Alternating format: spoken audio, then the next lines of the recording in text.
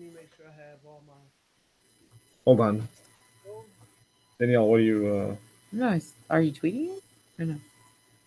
There you go. It Can you is- guys hear me? You're a little distant still. Okay. How about Okay. now? Oh, there, There you you go. are. Okay, here we go. So I'm gonna record this, right? All right.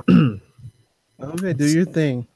So it's so bad, dude. All right. Oh, and by the way, I decided the person that is technically rapping this is not Black Market Ivan. It is Ahmed Amore. Oh Okay? my. So that's the Okay, name then of the artist. that's the Okay? name we're gonna go with. Okay. Okay. All right. Here we go. Yo, Sasha. Yo, Bailey. I got you. Boss and Hug Connect. Haters getting wrecked. Greatest tag team on the planet. Fuck the rest. Hugging all day. Hugging all day. Boss and Hug Connection. They be positively flexing. Bitch, it's scheduled for one fall. Yeah, we finna brawl. Number 25. Bitch, you know we finna brawl, player. Woo! That was Episode. that's like a 25. Grammy award winning track right there. Holy shit. Ahmed Amore. I can't believe Ahmed it. Amore. Double A, Ahmed Amore. Oh my. No, he needs a thing man. like Kanye. Number like- 25. yeah. I am your host, Patrick, alongside La Flama Blanca in Black Market Ivan. Val will be joining us soon. I think she's finding parking or some shit like that or some shit. I don't know. Which But means she'll be here in 8 hours. yeah, No. she will be here right after NXT is read. Right when I am officially inebriated. It's fantastic. So yeah, holy shit. Number 25. Man. We're a month away from All In, or well, less than a month away now. Yes. Man, Counting down the excited. days. This is gonna be so exciting. very exciting. I can't wait. I'm still looking for an outfit. I gotta, I don't know. I'm just gonna show up just in a wife beaters. Are they still called like wife beaters? With like all, it's PC now. So it's just like a tank honestly, top. I don't know, because I also refer to them as wife beaters in the male version, and then well, actually I wear wife beaters too, so when I am casually speaking about them I'll say that, but if I'm referring to the garment itself I probably usually say tank top. So Okay. I don't know. I don't know. That could be something that people can weigh in on, because we love to be kind of offensive, but not fully offensive. Yeah, so. don't want to do that. No, Yeah, not at racism is all. funny, not domestic abuse. But I know that. But wasn't and race? No, racism is funny, but not domestic Yeah, it abuse. is. Yeah, That's, that's true. Yeah. Now I know what was it called before a wife beater. I think it was another racist slur. Degoti. Oh, for the Is that what it's called? Italian demographic, Yeah. it which would be is- called, because they are also referred to by ignorant folks as Dagos. Oh, okay. Oh, interesting. Learn something new every day. If you want to know anything really offensive, you know who to come to. Okay, So Danielle, we just have a new slide into segment my for you. DMs. Okay. We have a new segment for you this week. Is mystery racial slur. What we're going to do is we're going to spin this little board we've made here, and it's going to land on a race, and you have to tell us a racial slur that people may not know. I'm just kidding. Okay. I think I'm gonna wow. opt out of that. Opt out. Now I speaking plead of the fifth. speaking of new All segments, once Val gets on, and Pet, you said you need help finding something to wear for All In. Speaking of new segments, Val Capone is going to have her very own segment on this show about the best merch you can get on WWE Shop. And by best, I mean worst. So stay tuned for that. We want to have Val's Chicago update, because this will be her first show in 2 weeks that she's been on. So we want to definitely catch up with her. But what we're going to do is we'll put that off for a moment, and we will catch up with her once she jumps on. In the meantime, Danielle, what are we drinking? Oh, so besides drinking, I have a fun vodka fact. Vodka fact. I can't even Already. speak. That's just where I'm at right now. It is by Already. a lovely brand I never heard of because I don't know anything. And the brand is called St. George. And it's a California-based vodka brand. And I'm gonna pop it open. Are you ready? Ready? It's a little pop. Okay, ready? Yeah, go ahead, pop it. Oh wow, that was a good one. Woo! That was That was good a nice pop. pour it. Okay, I already have some in my drink, but let's fuck it up tonight, right? one. Yeah, pour some more. Fuck it. Let's just get drunk. Beautiful. Oh, okay. So, a fun fact about the vodka alcohol.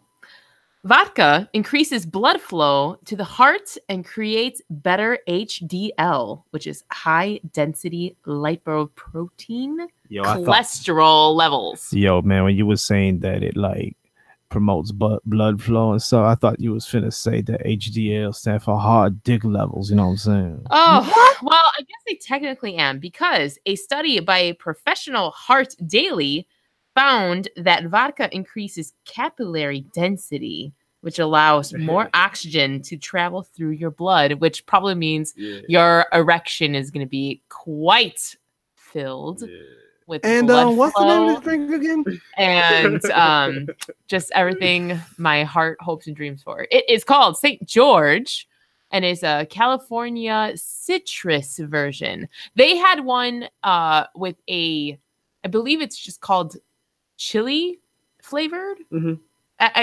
There was more elements to the infusion of the vodka. It was very good. It wasn't too spicy. There was a bell pepper base to it. So this brand is pretty good. Their packaging sold me. I'm all about the looks when it comes for alcohol. It literally looks like something you would have bought in the 1800s during the steampunk era of imagery. So that is what sold me, and it tastes delicious, and I feel quite amazing. I'm slurring my words 15 minutes into the show, and I couldn't be happier. That is remarkable. Remarkable. Thank you for the wine fact. For the I'm vodka definitely fact. gonna look up that drink though. Yeah, it's no, it's good. It's good. But Pat, what are you drinking or consuming actually? I just had an edible. Oh, yes. I am also drinking cran apple. Nothing crazy because the edible is going to kick my ass. Is there a cran rule? apple like with alcohol or just No, cran apple? like just Ocean regular- Spray? no. I'm doing the brand is Old Orchard. I'm kind of like Chicagoland or Lincolnwood or wherever the fuck Old Orchard Mall. Like the mall. Yeah, Old Orchard Mall. Yeah, it's apple cranberry. Not doing any alcohol tonight because, like I said, this edible it's going to kick in around. It's what 10 something now, so 11. I'm pretty much going to be on the moon. I had It's some. going to kick in right during my segment, and I can't wait because both you and I, Patrick Pryor, are always the fucked up people of our podcast. So I'm Yeah, I know. Like, what the fuck, man? You know what? That's going to change all in weekend. We're all going to get fucking hammered. Yeah, but I took this edible. Yeah, I'm just gonna wait for it to kick in. You will know when it kick in. You will know. so that's all I'm doing. No alcohol for me. No alcohol for me this week because I kind of want to edit the show like right after we're done, kind of like what I did last week. So want to just have beautiful it ready for the early commute. If not early commute, then maybe for lunchtime. So yeah, not doing shit. Just drinking apple cranberry, and I just ate an edible. Well, Simon, what? Well, hold on. I have a question. Oh, Pat. Okay. Is there a rule of what to not make into an edible? Like, let's say, for example, like if I'm like, oh, I want to make, I don't know, like what is there a certain food or a certain sweet that you wouldn't mix herbal with? like, I don't think so. Everything's so THC infused now. Yeah, I think you pretty much Like, could even bake everything. like chicken and meat, Yeah. right? Yeah, like I've had you could, fried Why's it gotta chicken. be chicken, Danielle? Yeah, what? Yeah, I Yeah, mean, she's not goes wrong. Straight to chicken. Wow. I She's did not wrong. Wow. I guess I just got called What out else? on my Sure. racism. What about watermelon, Danielle? What about what? Can you Wow. put it in the I didn't go watermelon, there. Patrick, I didn't say Pat, that. I I'm didn't Pat, say I'm that. Just, don't shoot the messenger. You know what? I said racism was funny. It's not funny. Okay, this is That's terrible. wild. Unbelievable. Well, okay, Pat. So there's you can pretty much put it in anything, right? Pretty much put in anything, man. I've had THC infused syrup. Like, dude, it's man, it's you can pretty much put weed in anything or the oil in anything. What's your favorite taste when like what do you prefer when it comes to this category? as far as like edible wise? Like Yes, like when you're choosing your food consumption of this beautiful God-given plant, what's your number one preference in the edible department? There's this one company, I don't know the name of it because I normally rip through it before I right before I eat it. But it tastes like Nestle Crunch, like a Nestle Crunch bar. Ooh, That's nice. kind of like my to go. And then I had a friend who used to make me instead of Rice Krispie treats, they were Fruit Loop treats. And those were really, really, really, really good. Fruit Loop, like so they have the crunch to them. Correct. Yeah, it- that I've yeah, never it was- experienced that. I've only experienced like chocolates and like a gummy version. I've never Oh, yeah, the had that gummies type of too, texture. yeah. I'm Gummies very- are okay too. Like gummies get you really to the moon. Yeah, the Fruit Loop thing and the Nestle Crunch THC edible is kind of like my go-to thing. I mean, you can put any type of fucking edible in front of me, I'm going to take it. But my main two are the Nestle Crunch knockoff chocolate bar one and Fruit Loop crispy treat. I guess that's what it's called. I don't know. It's just a whole bunch of it's basically marshmallows and Fruit Loops instead of the Rice Krispie treats. That just sounds heavenly. Man, I oh. cannot wait to experience this in a couple weeks. Yeah. Oh man. Say less. Let's.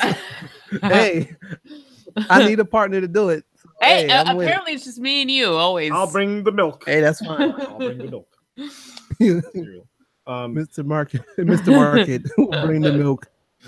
He's the one that's got to document our train wreck that's going to be happening that day. So Yeah. So you know, everyone has their own all-in event going on. Our all-in event, it's $50 for a ticket. The edibles are free. You're just paying for entry, but the tickets are $50. Okay, so Okay. that's a way to get around the legalities of it. Is you know, we're not selling you edibles. We're selling you a ticket to entry. You're just getting one for free. It's like you're a swag bag. getting entry into the black market. No, That is one ticket I don't want. nobody's. Oh entering. no! one's entering. So Val apparently is never gonna jump on the show. So how about we go into New Japan? Whoa, hold on, guys. Wait, we didn't drinking share I'm what drinking. you are consuming in front of my face. So this drink was so good from last week that I'm drinking it again. Old Speckled Hen from Great Britain. It is, as I mentioned last week, it is brewed in England? Suffolk, Midland Brewing, Westgate Street, Edmonds, Suffolk, in England. Shout out to Hardly Dan and anyone else in the community that's in the UK. Check, guys. Once again, this is nitrogen infused. Listen to this, okay? Ooh, Hold on. It nice. sounded like someone was trying to sneak out a fart, but yep, I hear the nitrogen. That's a nice crack. Listen. Let's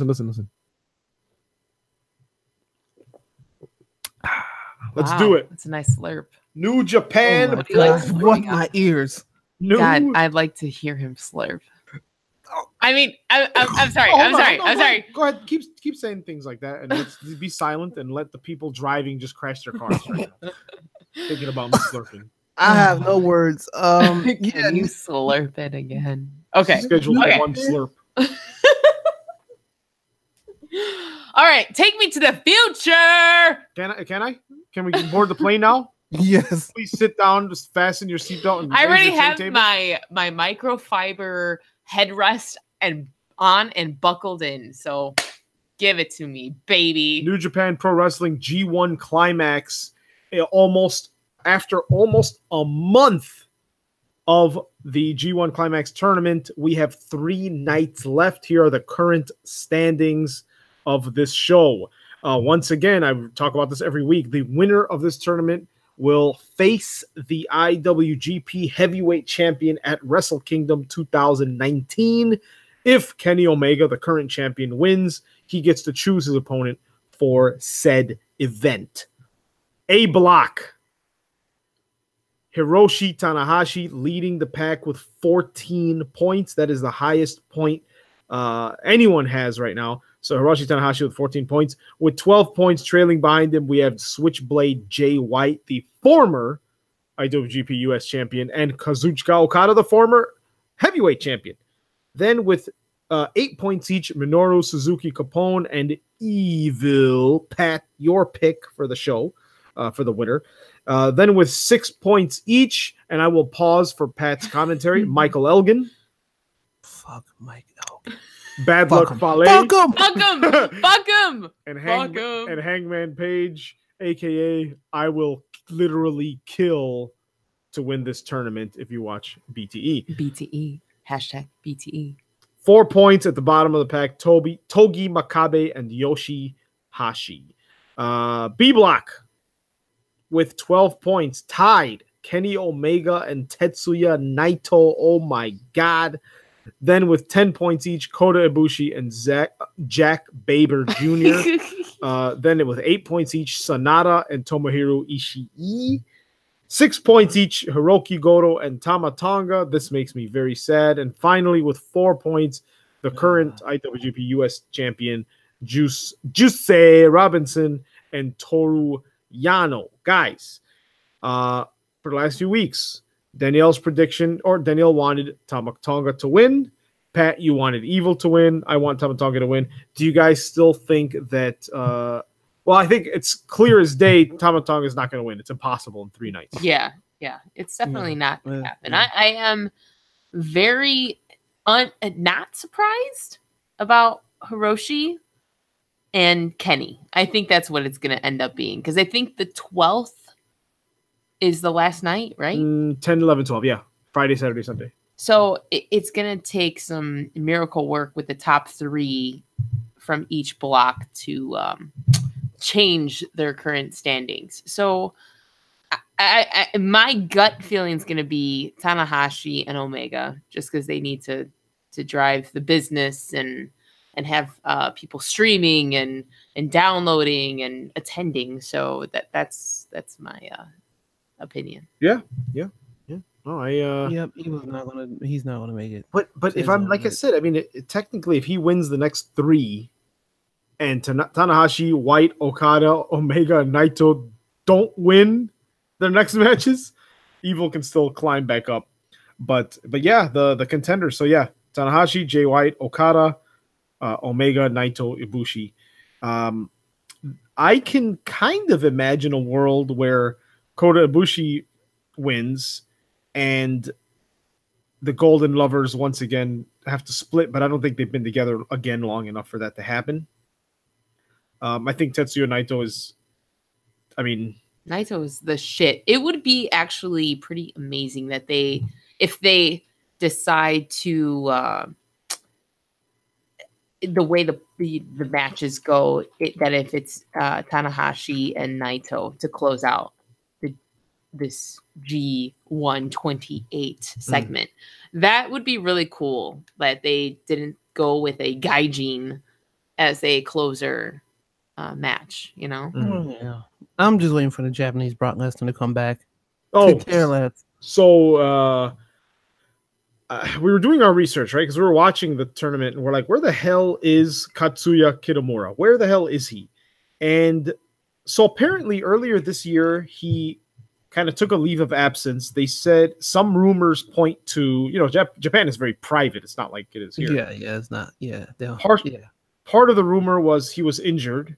Part of the rumor was that he went on excursion to train and come back bigger and stronger. And another part was that he was unruly and disrespectful and he was let go. And to this day, there's no concrete evidence on which of those is true. So he might just not come back. So I really hope. Can anyone tell me if they've heard anything? Because that sucks. I'm really like if he shows up like after Wrestle Kingdom, whoever wins, if he just pops up out of nowhere to defend, like to challenge the champion, it's like, I mean, dude, he can jump straight to the top, like absolutely. Yeah, he looks like no one else in New Japan, especially from the Asian perspective of their wrestlers. You know, like that guy is fucking man. He's like a wall. I can see so much yen or money or be like the yen is on the table for this guy. So I hope that he is not released or anything like that, you know. Or I know there's other promotions, All Japan, Noah, and stuff like that. But man, it would be tough if he did not, they let him go. That sucks. Well, I mean, hey, you know, hopefully he can come to the Impact Zone. They're doing really great. So, or even with the CMLL bracket of Japanese wrestlers they have down there that we saw firsthand. Yeah, that's right. Love that. So, you guys, yeah. Okamura and I forgot the other guy, but yeah, that Okamura guy is on excursion. Yeah. So look, guys, that's G1 Climax. As of next week, we will know the results. We will know the winners.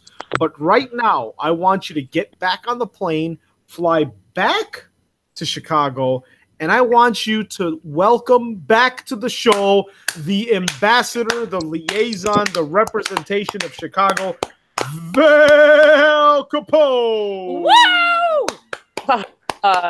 Thanks, dudes. It has been too long, my friend. How are you? Yeah. I'm good. I am freshly showered after being caught in the rain after a really intense practice where I felt like Swamp Thing. So yes. I figured y'all would talk about the G1 Classic. You know what? First of all, let me apologize first because I just said yes and I sounded like a neckbeard because yes, you shower out the shower. Yeah, shower. I apologize. You naked? Yeah. No, I have a robe on, a la Flair. Thank you, or Bob. Yeah. Wood, but I was saying yes because I'm glad you took a shower because it was raining, not for neckbeard reasons. You just need to pass over this conversation, Pat, just because it just doesn't sound. Tell us more. Longer talking about G1 climax, about a different kind of climax now, not the G1 climax. Yeah. Oh, is it a sorry. Suzuki or a Baber Junior kind of climax? I mean, I'm just girl, give me the details. No comment. Oh man, I don't want to. All about that kind of material being used to achieve any kind of climax. I just would like to know about it. Okay. Oh, we'll talk off air, girl. Yeah, that's scheduled after dark, not scheduled for one fall. Jeez Louise. Yeah. Yeah, so I've been on the road for a couple weeks. Thanks for being so patient, you guys. I love you. I was in Las Vegas for RollerCon. That went spectacular. I was the head announcer, and so we had about 100 people on my staff, which is cool. And then I had to fly home to work the 2 Foo Fighters shows at Wrigley, also pretty cool. And then I had to fly back out to the West Coast Tuesday morning, super damn early, because I had to host a roller derby day at Disneyland. Also super cool. Oh, man. Shit. Yeah, and then I came home. All over the fucking place. I know. I came home. I worked a stoner metal show at the Riv, this band called Sleep, which I was super sleep deprived, so it was really hard for me to be able to function. Yeah, because they are definitely the kind of band that you could just smoke Satan spinach and just max in and relax and chill and and then I thought it was a really good idea to take a nap and wake up ass early to go drive to Canton, Ohio, where I watched. Yeah. Yeah, I mean, it's not probably ever going to happen again in my lifetime that the Bears were in the Hall of Fame game. So Yeah, that's true. yeah, so I mean, I couldn't miss it. Like Pat said, it was a once in a lifetime opportunity. So I took it and I had a blast. We lost by 3. I got Yeah, stuck right behind Richard Dent, which was really nice. I had to follow him because that was the tide of traffic and everybody kept stopping him. So I was like, oh, I'm behind a mountain of a man. But yeah, life. legend though. Yeah, absolutely. But yeah, so I'm officially a Brew City Bruiser now, which is exciting. Not Beer City Bruiser. I will knock him on his ass when I see him next time I'm on skates in Milwaukee. And Please do. yeah, Just slap him right in the tummy and then watch it wave at you. I'll slap him in the keg. Wow. So yeah, man, that's great news. Being a on a new team and stuff like that. Very exciting and stuff. I've been seeing a little bit of the pictures and stuff from Las Vegas. I've been keeping up. I've been keeping tabs. I've been watching from afar. Oh, there's some photos I'm that you don't need to see some of these photos. Let's just put it that way. Okay. Holy schmoly. Are we? So we're done with Japan. We're done. We're done with them today. We are done. So what we're gonna do? Let's take a slight rewind. Val, you're at home after a long drive. Are you drinking anything, or just having water, or you? I'm just having the finest of H2O because I'm trying to stay hydrated for tomorrow's Cubs game, and I had a couple 2-tree Malorts last night, so I'm just trying to make sure that I'm a functional beer vendor, that I get everybody schnockered, but I don't show up schnockered. So drinking some water tonight. So you guys, you pilot this plane however you want, and I will jump in when you need me to. I like it. Well, guys, so check it out. Did anyone watch the Impact Wrestling that was airing literally 3 hours ago? I watched a little bit of it, just a tad bit, and only because I was gonna watch the whole thing, but I took the edible, and then I just got sidetracked and I started playing Fortnite. So how about this? How about this? I'll go over the match, and you let me know if it's one that you watched, because I did not watch Impact. Okay. Once again, it airs literally as we are preparing for the show. But I do want to start covering Impact because they're doing some good stuff. So earlier today, so Impact Wrestling as of August 9th, Petey Williams and Taiji Ishimori defeated the Desi Hit Squad. Now, I know Petey Williams has been around for a while. We all know Ishimori, the Bone Soldier. Pat, what do you think about not only this match, but the Desi Hit Squad? They seem to be a hot new tag team on the show. Okay. Like I said, I'm with anything that's new with Impact. There's a couple reasons that I like Impact Wrestling, and I'm going to name just a few of them, and it's the reason why I like Impact now. Okay, number one, they don't live off of like the old guys nostalgia. There's no fucking Hogans, no Mick Foley's, no Ric Flairs. All of them gone. Eric Bischoff, all of them are gone. They're taking chances and risks with new guys like the Desi Hit Squad, even though they fucking lost that match. But just other people in general, like seeing Brian Cage with the X Division title. I never saw that coming. And then they also push their fan favorites, something that WWE doesn't do. Remember when, like Zack Ryder was, getting himself over with the Zack Ryder show, and you know what? Simon, I don't think you, not Simon. Well, you know your name, Ivan, Ahmed Amore, whatever. No, Simon Black Market. Ivan. I wasn't watching when he was the internet champion, but I remember hearing about that. And so like he was, obviously a guy that was on fucking Superstars or the equivalent of Sunday Night Heat, and he was making these great internet shows with his dad, the Zack Ryder show, and he was actually getting over with the fans. The thing was, he was still losing his matches, but little by little, the fans kept cheering for him. I remember one pay-per-view, they were in New York and they were chanting, "We want Ryder." He wasn't even on the show. And then they gave him a little push, and then they buried him when they put him in a program with John Cena and had John Cena steal his girlfriend, and Kane throw him off the stage in a wheelchair.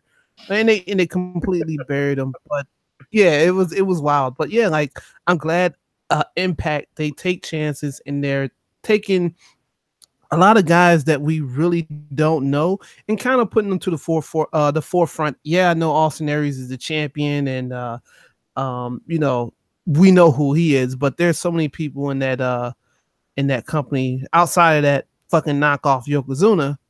Yeah. But we'll talk about that another time. Yeah, it was, you know, this match that you were just talking about, decent match. I think that's probably the only match that I saw.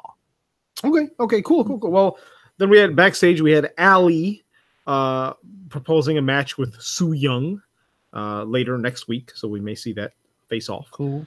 Then we had another backstage promo, Austin Aries. And by the way, just a kind of a preface to this, Impact is really good on the theatrics, really good on the backstage promos, and really the story building and building the lore, which is great. So you're going to see us discuss a lot of these backstage segments. So you had Austin Aries talking about his match tonight versus Eddie Edwards, defending his Impact World Championship. And he's talking about Eddie Edwards, kind of the new, you know, hardcore icon after Tommy Dreamer, you know, passed the torch to him. And pretty much saying, you know, the man I once knew is no longer the same guy. So he's kind of weary, you know, going into battle against Eddie Edwards.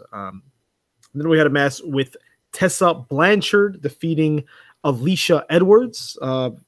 Val, are you obviously we all know Tessa Blanchard. Are you familiar with this Alicia Edwards? No, I'm actually not. I was like, oh, who's this? I gotta look into her, but I was a bit busy coming back from the road, so I didn't really get a chance because I saw that she was on the card tonight with Tessa, and you know I love my homegirl. Undeniable, Tessa Blanchard. But yeah, I'm probably gonna end up stalking her out now, so that's cool. We had Matt Sydal talking about, you know, their backstage promo, talking about, you know, even though he lost the X Division. Was he talking about Reefer? Well, kind of. Check it out. He talks about carrying on the X Division spirit, even though he lost the belt. And then this is the part that I'm saying. He talks about opening soon enough he's going to open everyone's quote unquote third eye. Now, that sounds sexual. So it does, but it could be, you know, the actual third eye in the middle of our forehead. Well, that's what he's referring to that. Wearing a Velveteen Dream sweet sunglasses. I know. Yeah. I know. I mean, but all I can tell you is in the early days of Twitter, I'm talking when that thing first launched, Pat. I mean, I remember Pat is the first person that really showed me the use of Twitter because, you know, I mean, Pat, you were tweeting like crazy even back then. And I remember you talking about, oh, you know what? Never mind. You were talking about the third leg a lot, not the third eye. Oh my God. Hey, look, that's back. Look, that's awkward. That's back when I was young and dumb. Didn't know what I was talking about. Of what? Yeah. And you know what? Ever since then, I purged all my tweets from 2017 to 2000, like from 2009 to 2017. Can't find them on the net. Purged them. Good for you. Well, I think yes, everybody I'm a needs changed that man. memo. Well, No one does. Well, I'll never forget. So you'll have to kill me to remove all evidence of the third leg of conversation. Holy guacamole.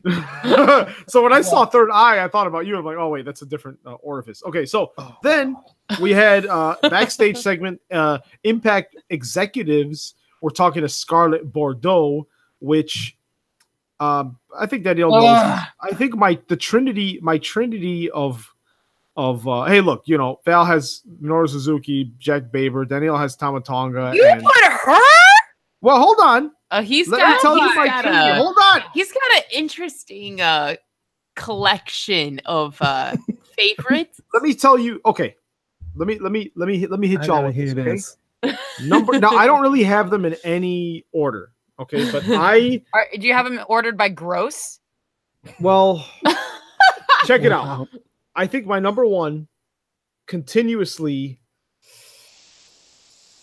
You know, my wrestling dream girl, I would say, is between Toni Storm, Vanessa Bourne, and sometimes Santana Garrett, and Scarlett Bordeaux is a close number 4. Mm-hmm. So I'm glad to see that she's in HD now on Impact. Hashtag neckbeard comment.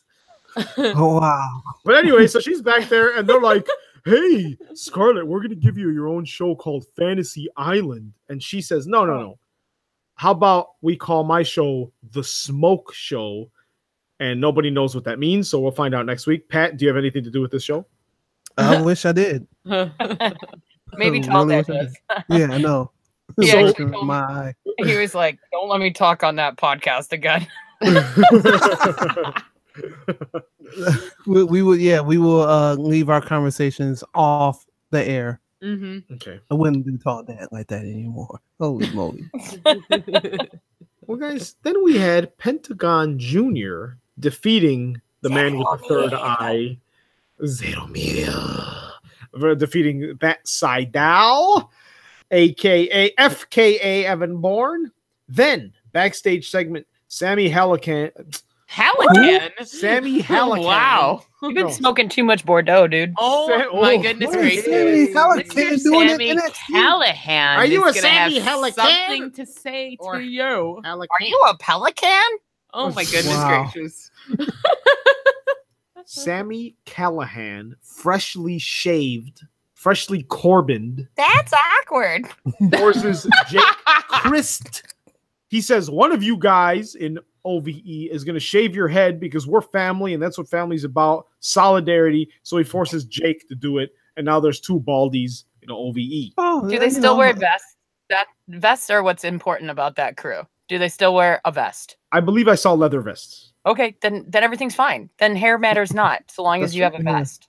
Hair matters Corbin not. That versus should be the name of everyone. the show. I like it. Val, when you went to Ohio, how many people were just shaving their head on the side of the road for no reason? Several of them, but then they realized that Urlacher was getting inducted, so I actually saw some guys scooping up hair trimmings and trying to like put them on their own head again because Wow. Urlacher now has You a know, full th- head. Wow, That's still the craziest collecting shit. corn in the meanwhile. I mean, what do they have in Oh, Ohio? that's Iowa, right? Or this? Is that corn- Iowa? Corn is No. Indiana and Iowa. Ohio is Skyline Chili, and I'm gonna say Juggalos. Oh, that's excellent because that's accurate. I don't know if the gathering of the Juggalos is there. Maybe we should ask Colt Cabana about that because he loves wrestling that thing. I am But so happy that the gathering left the Chicagoland. Well, Cave in Rock, Illinois. Oh my goodness. Let's just avoid Well- this whole Well, say no one's getting segment. fisted this year. so if Ohio is known for a horrendous turnpike that makes you drive in reverse on it to get off it because they No will one's not gonna let you get- pass. No one's gonna get that reference at all. I am making a personal connection to the fans that happened to us personally. Fuck Ohio and fuck the Juggalos. Oh, Oh my! all right. You're gonna get a hatchet flying at you one day when Yeah, you you drive know, down the sounds like turnpike. it's Fago. Weird murder record with gold chains and like a terribly overpriced hockey / basketball jersey covered in Fago. It's gonna get weird, dude. Fago and feces. You know, there's only like 2 states I just don't care about. Oh, no. 3 states. Rhode Island. It's gonna be. I'm What? sorry, Val. No, hold- Wisconsin. No, that you don't care about or that you hate. No, I'm not gonna throw hate. Hate is such a Oh, dude, we just abrasive missed the- word. I'm gonna just say missed that the I gathering of Juggalos. Oh, I was right. It's in Legend Valley, Ohio. God, I'm a creep. Why do I know that? see Legend Valley. Oh, see, the name says it all. Pat repeating it just said it all. Ohio, Wisconsin, and Nebraska could just, fall off the earth, and I would not care less about Fall it. off of our flat Earth. Fall What if I off the just flat found- earth. What if I just found a website that's Fago Lovers LUVERS.net? Oh my goodness! Wow. The way you just said that makes me think you're looking at this website. I might be. I think I'm going to have nightmares. I want to check that out. You know, Guys, how many Dude, I'll share seconds? it. How many seconds of a song can I play before it's a copyright issue? Like 10 seconds. 30. Isn't Check it it out. 30? It's 30 Check seconds. it out, guys. Yeah, I think 30 Shout out to the Juggalos. I already hate it. Hold on. Hold on.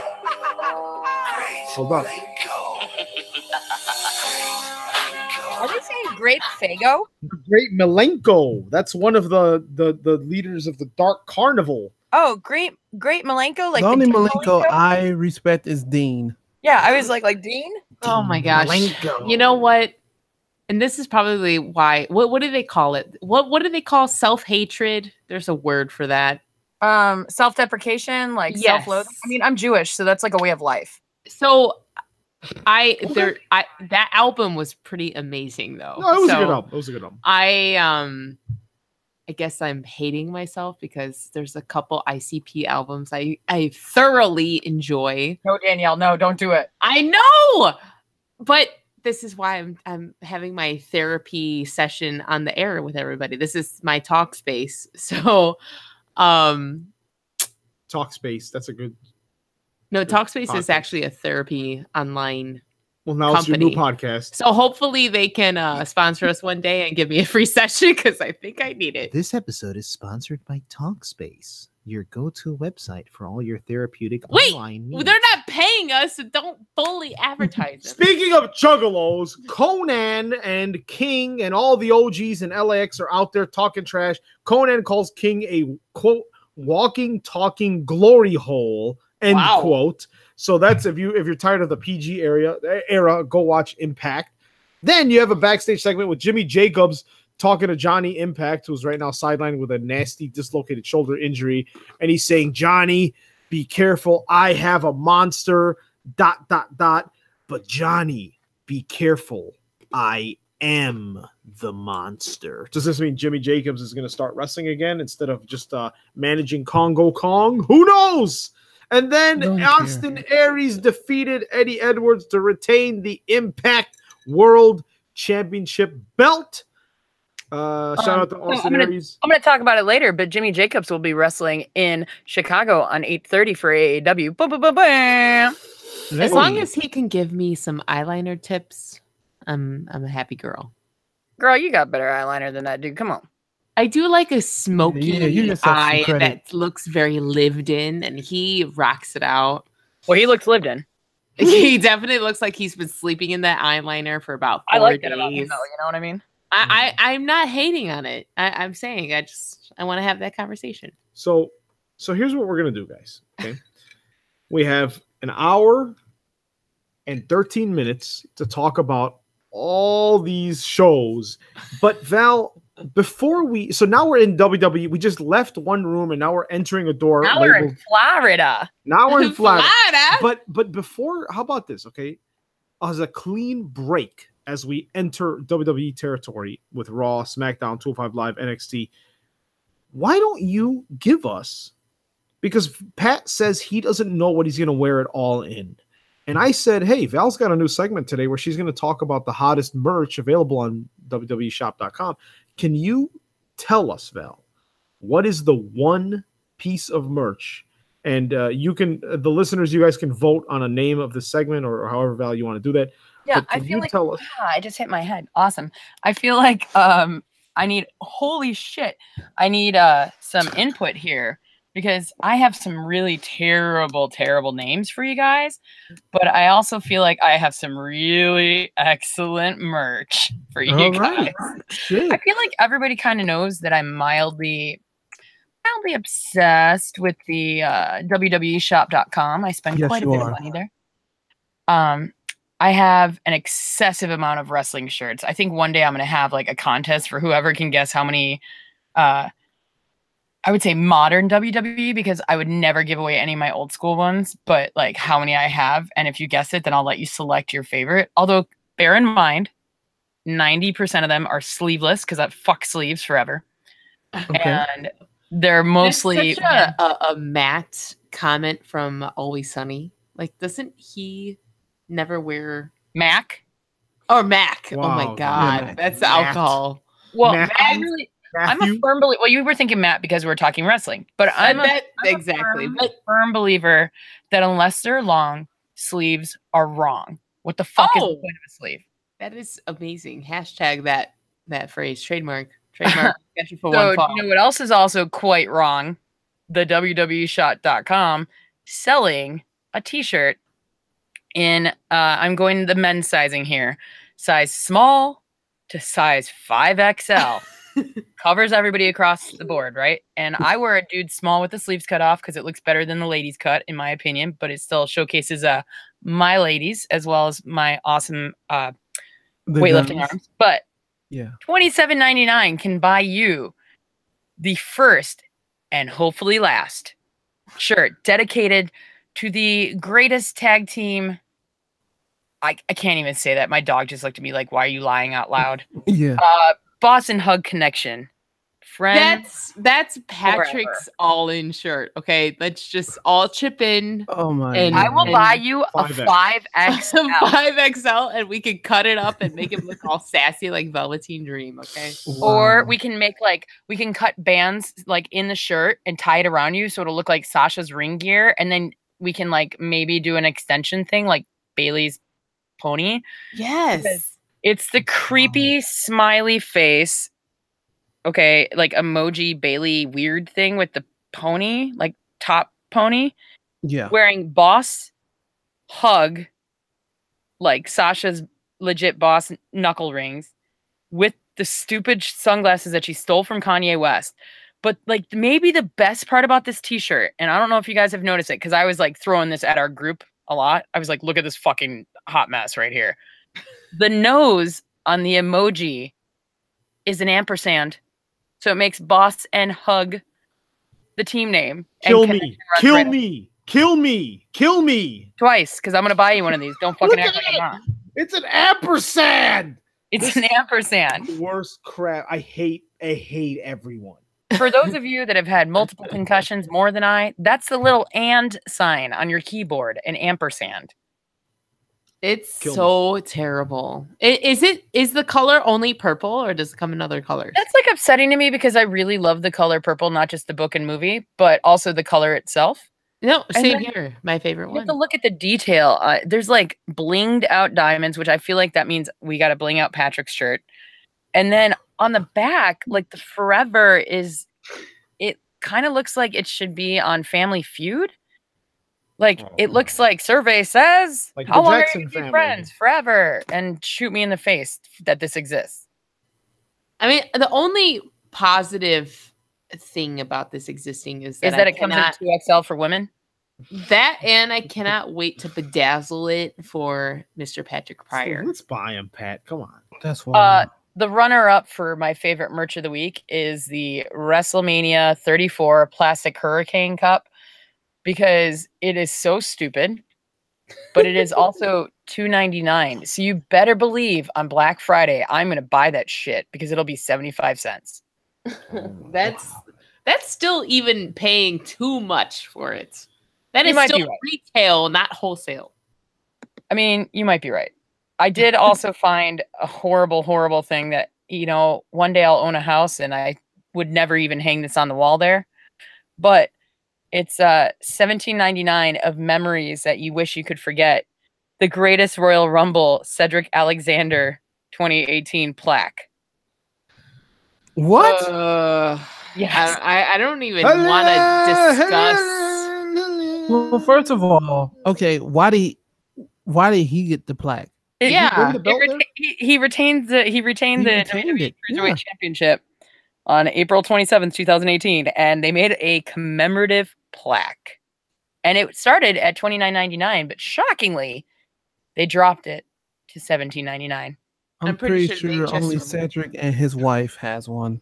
Well, and maybe it one say- day you will too. On the back of on the bottom of the never mind. It doesn't make sense. If it was a T-shirt, I was going to ask if the back of the T-shirt says "surprise," but it doesn't Oh, ouch. play with the flag. It doesn't play with the flag.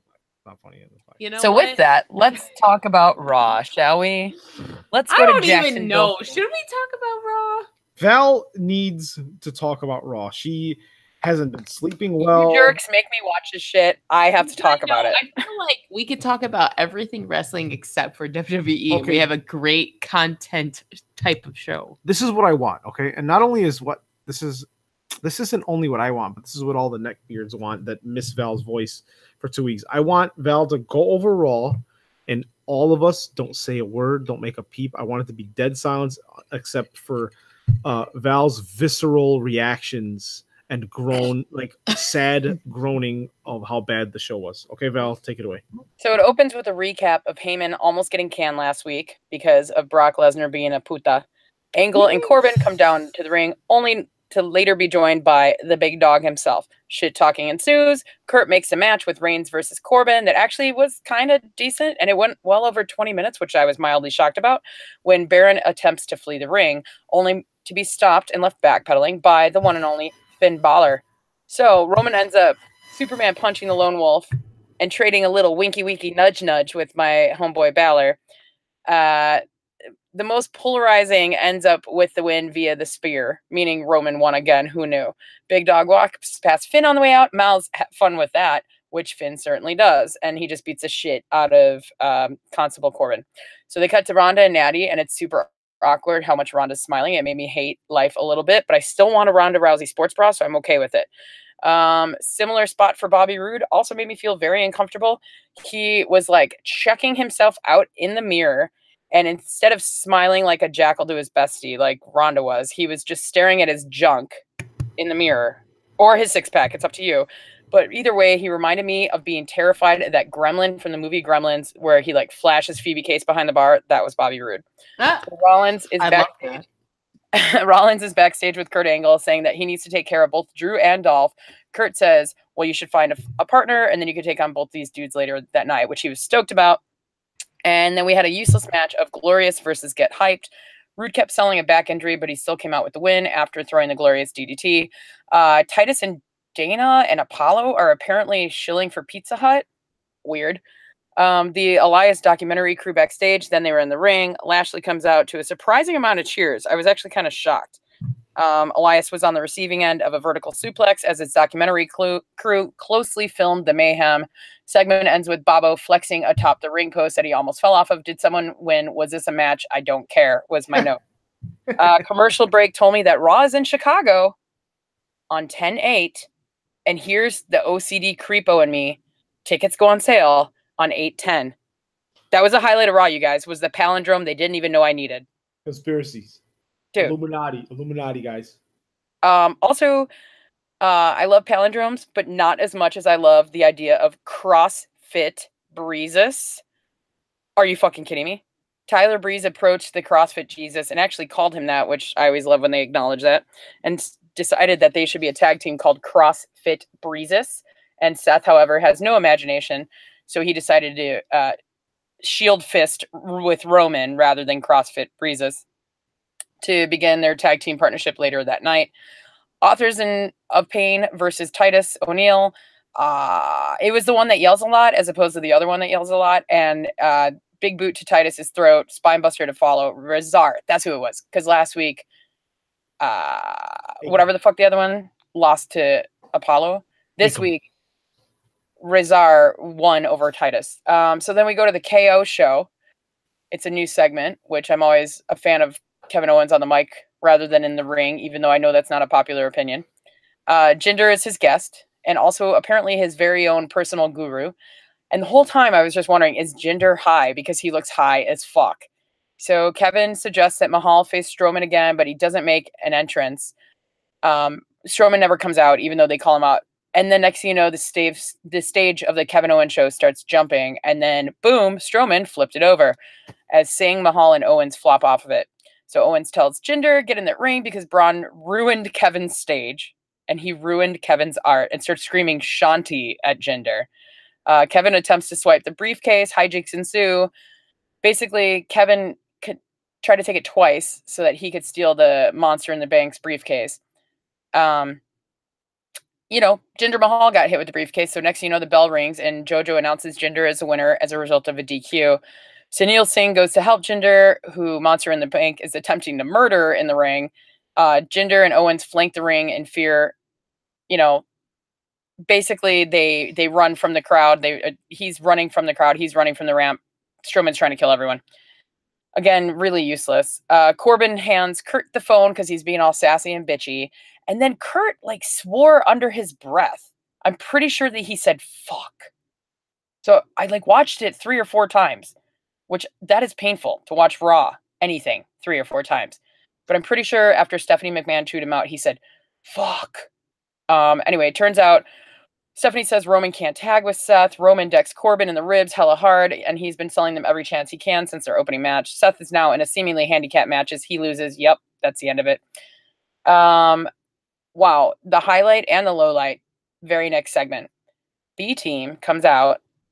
They have a new theme song. It's B Team Go, Go, Go. So apparently that's a thing, and it might be my new ringtone, or I may kill somebody the first time I hear it as somebody's ringtone. I still think the Revival is the most boring thing ever. I know everybody loves them. I wish I liked them because I dig their concept. They just do little to nothing for me. And their lame phone-in promo, it's just stupid. Like magicians, the deleter of worlds appear in the corners, replacing Dash and Curtis. Bell rings, Twist of Fate, and a Sister Abigail after the bell allows Michael Cole to infer the deleter of worlds are done playing games. So then we cut to what was probably, it was fucking stupid, you guys. I can't believe I had to sit through this. What I think was like the best segment probably was Renee Young with new extensions. You go, girl. She sits down at a pre-taped segment with Paul Heyman. She has like rose color extensions, and he has tears in his eyes, and he looks all disheveled and unshaven and unkempt. And he lets Renee know that Brock has disconnected his phone number, that Heyman's tried to reach him through intermediaries, and he has no idea how Lesnar is doing or feeling right now. And every time Young tries to ask him another question, Paulie interrupts her. Heyman cries and gets hella creepy when Renee points out Brock made it abundantly clear that Brock is not his friend. Heyman started bringing up their children, saying my kids are friends with Brock's kids. And he started like rocking back and forth. Like he's going to stand outside of Brock Lesnar's house and cry or stab somebody. Like, watch out, Sable. That's all I'm saying. And he starts talking about them riding off in the sunset together. It was super creepy and weird, but also intense and awesome. And basically the whole thing made me feel pretty much uncomfortable the whole time. Renee asks about Heyman having his eye on anybody else in the WWE as a client. And Heyman responds as if he was broken up with by his boyfriend, Brock, like just devastated. Like he can't even think about anything else right now. And Brock wouldn't like us having these conversations. It was super weird. So Riot Squad takes on the worst merch of the day. Bayley and Sasha, Boss and Hook Connection. My note says, why is this even a thing on my TV? Why is Bayley wearing gold chains? No, just no. Boston Hug Connection, ugh. The only thing that helped this even remotely was seeing Ruby Riott surprise return, and that helped the squad to win over the Connection. Ew. Main event is Alicia Fox versus Ronda Rousey. So props to Foxy for being with WWE for over a decade and ending up in the main event of Monday Night Raw. But it's Rousey's first Monday Night Raw match, so it's kind of interesting that it's main event. I mean, I'm not surprised, but it's also like meh. It's also weird that Alicia Fox came out to Alexa Bliss's music because Bliss started cutting a promo, kissing Foxy's ass. Yeah, super. Also, again, Alicia Fox has like weird Van Halen logos all over her ring gear, but that's okay. I know it's probably an A and an F. It just looks like Van Halen. So Alexa Bliss just started kissing Foxy's ass about how long she's been in the sport, sports entertainment, how much she means to wrestling, and just dissing Ronda about being overrated. Alicia Fox gets all sorts of amped up, looking hella badass, by the way. Like, she looks cut, she looks beautiful, hair is perfect. Ronda's music hits. The weirdest thing was like a sign popped up as they focused on the women in the ring, and it said, "Spank me, Ronda." Oh no. Sign of the night. Not creepy at all, you fucking jag. Like, fuck you, okay? It looks like Alicia has a little knee message taped across her knee pad, and I'm pretty sure that it says, "I heart Val." So I'm just going to stick with it and say, "I heart you too, Foxy," even though I'm sure it's not me, but let's just run with it. No, Fox reminds Rousey that this is her town, meaning Jacksonville, because she lives not too far from there. And Rousey basically forces Fox to the mat. Every few moments, Alexa Bliss attempts to distract Ronda, but to no avail. And some mark in the crowd screams really loud, "Take that arm, Ronda!" So she, of course, obliges, and Alicia Fox, I can't even talk right now, taps as Bliss fearfully watches. She just looks like she's ready to cry. And by the way, Michael Cole said that Alexa Bliss tapped, so fuck you, pay attention. Anyway, it was not her. It was Alicia Fox.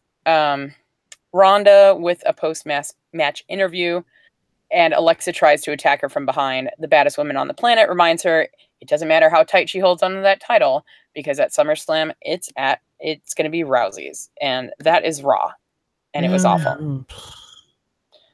Yeah, you guys don't even know how much I love the three of you, because I do these damn reports every single week. I'm sorry. I wouldn't have. Yeah. I'm sorry. Val, you guys are going to go behind the scenes. Val, we can hear all of our echo coming from your Hello. speaker. Oh, there we go. No, I can't. There we go. Yeah. That's good. So, Val, thank you for sacrificing your time and life to watch the And brain cells? Yeah, pretty much, yeah. And I was thinking about that today, and I'm just like, man, this show does not need to be 3 hours. But you know what? The advertising revenue for that extra hour is probably millions of dollars. So yeah. So what do you think about this Renee Young guest commentating next week? As a female commentator, I'm super stoked for her. But as somebody that listened to her when she was doing commentary on NXT, I'm a little worried.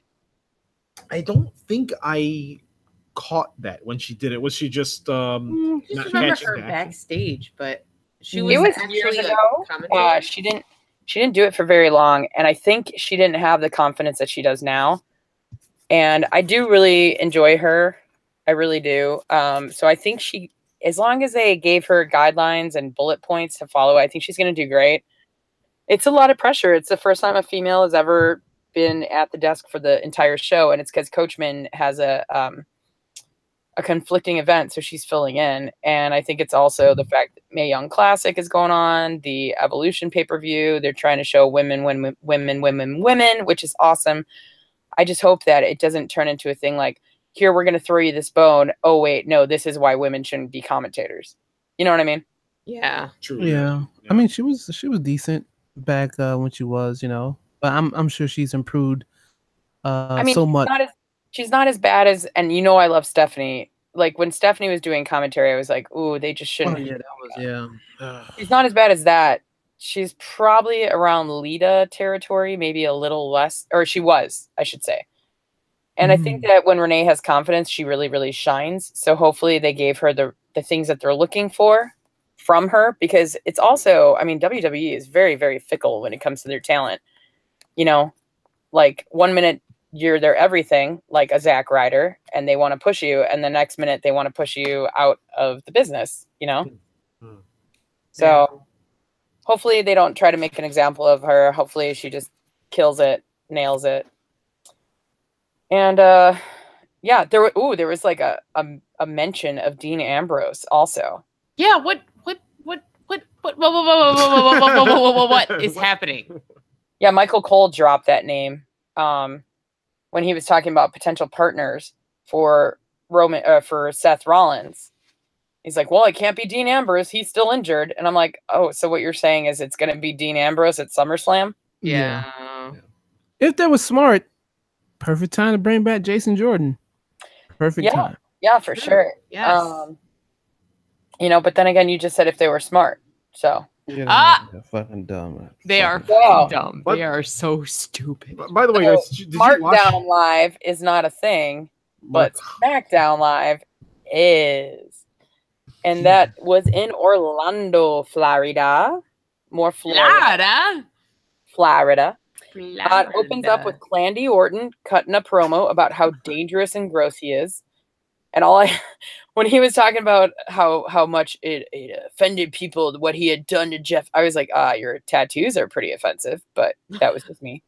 And they cut to the bars backstage watching and, just hyping up the rest of the shit that's happening on the evening. And I really enjoyed their slick slate gray matching kilts. I think they look really snazzy. They then cut to the best two women in wrestling on SmackDown, because I don't know where Asuka is. She's off hiding somewhere.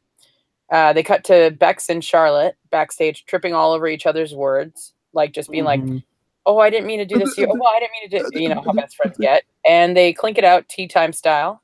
Carmella then comes to the ring in a really rad bandeau top just to prance about and raise Charlotte's belt, or, I'm sorry, the SmackDown Women Lives belt. Tag match between T Generation X and the Iconics. Yeah. And another ad running for the Raw on 10/8. Tickets go on sale on 8/10. What? Carmella is very much annoyed that she has to defend her title in a triple threat match at SummerSlam, claiming that Paige took advantage of Carmella because she's jealous of Mella. True. Wow. Best heel in the business. Best female heel in the business. Speaking of wow, the Iconics on the mic. How about that? Normally I really love them, but I just don't know if it was awkward or what. And it's not because they were shit-talking Charlotte, because I actually love when they shit-talk Charlotte. But I did enjoy that they called Orlando the saddest place on earth, which, as a Disney fan, I got it. They basically said that Charlotte is overrated, a bad dancer who lost to Carmella twice. And when it comes to Becky, nothing comes to mind. They don't even see her out there. The crowd just starts chanting boring. Damn. Yeah. Which I can't help but agree. Like, the Iconics are really solid on the mic, and this was like the weakest I feel like we've ever seen them. But they were inferring to Becky being in the same place that she'll be at SummerSlam, in Charlotte's shadow. I thought it was also interesting that they said that Becky Lynch is always a bridesmaid, but never a champion, when, duh, bitches, she was the first ever SmackDown Live women's champ. I don't know if y'all know that. Yeah, but WWE, they just, if it's not within the month cycle of a pay-per-view, they just choose to ignore the past. True. And I also think that they ignore matches that could be potentially awesome. Like, this one actually wasn't too bad. And they do like picture in picture. Like, it's so fucking annoying. Like, doesn't WWE get enough of my money or all of our money via WWEshop.com? Like, do I really need to see commercials, especially during a women's match, of a dude stuffing his boxer briefs with paper towels? Oh my! I don't like, what the fuck, dude? Talking about, but yeah, I still don't want to know what you're. There was a commercial where like an old man's plucking his eyebrows, another guy's like putting powder on his nuts. They show one female in this entire commercial, and it's a woman like with big hoop earrings shaving her head, like saying however it takes for you to get ready. And then there's like a dude shoving fucking paper towels down his boxers, like to stuff his dick. And it's like, dude, wait, what is this advertising? I don't know. I tried to block it out. I was so annoyed. And OMG. And it was during a women's match. Like, come on, dude. They did the stupid, they cut in the middle of the match to put this fucking terrible. The picture in picture. And then thankfully they did show that like super cute commercial of Rusev and Lana, Rusev being absurd and like a Snicker Dollar General commercial. That like almost made up for it because it's cute. But it was overall like a pretty solid match. And I thought that Becky and Charlotte definitely showcased their skill set like pretty well. But there was one point where Charlotte tagged herself in and Becky did not seem happy about it towards the end. Like Lynch had Peyton Royce in the disarmer, and it's kind of appeared as though she was going to tap out, but then Billy broke it up. And so that kind of kicked them into the corner. So that's when Flair took charge and tapped herself in. She basically climbed up on the rope, on the turnbuckles, moonsaulted onto the Aussies, resulting in the figure eight being locked onto Peyton Royce and forcing the tap that way. And afterwards, it was like, you could definitely tell that Becky was not happy with it. Like, she was stoked because they won and she loved tagging with her best friend, but she was not happy that once again, Charlotte stole her thunder. So interesting to see how that breakdown is going to happen. But next up, we had Renee talking with the longest reigning tag teams champions in WWE history, the New Day, who then decided that Kramer King should interview them instead. That's right, Kofi Kingston in a terrible blonde wig and bow tie suit jacket combo to match. He was hilarious and over the top, as was this entire promo. I loved it. I love them. I mean, they ended up giving Renee Kofi ended up giving Renee his blonde wig because Renee does need more fake hair, but he gave it to her as a souvenir. And it was just like, I really like that New Day consistently, they're reinventing themselves constantly. Even if it's similar shtick, it's just different enough that it kind of keeps it interesting and keeps it funny. Makes you roll your eyes in a good way. Miz cuts a promo about him and all his awesome. Gives Daniel Bryan the gift of relevancy, setting up a Daniel Bryan versus the A-lister match at SummerSlam, which is kind of what we've all been wanting for like a decade now. Oh, yeah. You know, they cut back to Charlotte and Becky talking about being a tag team. And basically, the commentary team plugs that match of Charlotte, Becky, and Carmella. I've been hearing rumors that Asuka is going to be added to it. I don't know how that's going to happen. Oh my God. But they haven't decided on Asuka's SummerSlam match yet. And supposedly, it would be a fatal 4-way, is what I've been hearing. Well, why not? Fuck it. Turn it into a fucking over the rope battle royale for the title. Fuck it. Who cares? Named after the fabulous Moolah. Yeah. Just kidding. So, yeah. And then they kind of segue into a recap of Samoa Joe versus AJ Styles in the match that we're going to be looking forward to. AJ came out to cut a promo with his long ass hair, beautiful locks as always. He's like the only white guy with the most beautiful hair. Oh my gosh, yes. And I love that they don't make him get it all greasy dripping like they do everybody else. Yeah, right. It always looks like he just came from a blowout. It's just fantastic. Absolutely. I love watching his bouncy hair. And like when he's wrestling, it moves in slow motion. Yes, and there's probably music playing at all times. Oh, I love it. He could just have a Beyonce fan on him at all times, and I would. I would do that job for free. I would pay him to do that job. So he talks about being a real man, and also he drops that he and his wife celebrated their 18th anniversary. So congrats to AJ and wifey Styles last week on the 5th. But then he gets all twitchy talking about Joe, and then next thing you know, we cut to Rusev Day backstage with Aiden English still apologizing for fucking up last week. Rusev accepts alongside a smiling Lana, but suggests that he stays in the back as Zelina Vega, accompanied by Cien Almas, heads to the ring to take on the ravishing Russian herself. Oh, joyous joys, the fantastic soundtrack of Lana's entrance music. That was one of the only exciting parts of SmackDown, was hearing the bump, bump, bump, and then the weird horns. Yeah. And then there's like steel drums, kind of. I don't even know what's going on in there. Zelina and Lana are smack talking each other via Twitter, so I could care less about that, honestly. I was kind of surprised, though. I don't know if it's because she's shaking off the ring rust, but Zelina Vega kind of looked pretty weak throughout the majority of the match.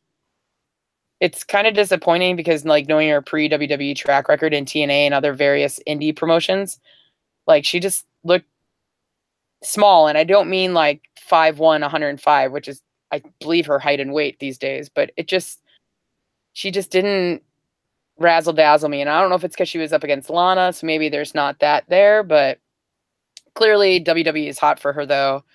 Because they're kind of putting her out there a lot. Also, did you guys know that she's AJ Lee in yes she is. Yeah. In the Wrestling with My Family? Fighting that with shit's gonna be called. About Paige here. Hi guys. Hi guys. Did you guys know that Vince Vaughn is in that movie and he is Jake the Snake Roberts? Oh, that's gonna be shit. Sign me up. Yeah, sign me up. Fuck it. So hold on, wait a minute. Is it gonna be like drug and boozed up Jake the Snake? I hope so. Yeah. Because I mean, the time period that they're talking about, yeah, I think so. Yeah, he would be. Yeah, he would have to be. Yeah. I feel like we should go for some Impossible Burger sliders, a side of Satan spinach, and go see this movie the day it comes out. You know, I'm with it. You know, I'm down. Sign me up. With it. Okay. Anyhow, so Andrade and Rusev are going at each other outside the ring.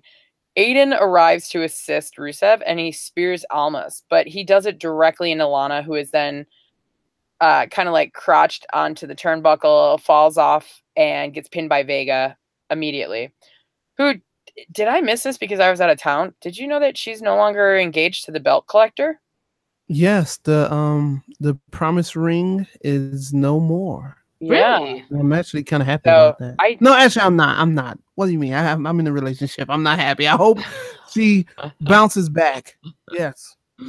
no, but I was just like looking at her Wikipedia while I was watching the match because I was trying to remind myself, like, I know she's a better wrestler than this. And so I was looking at her Wikipedia and it listed nothing about him. And I was kind of shocked because it always has, or not always, it has for a while. Yeah. Anyway, so up next, we get a better view of Renee Young's phony tail, her fake ponytail, as she interviews Shinsuke.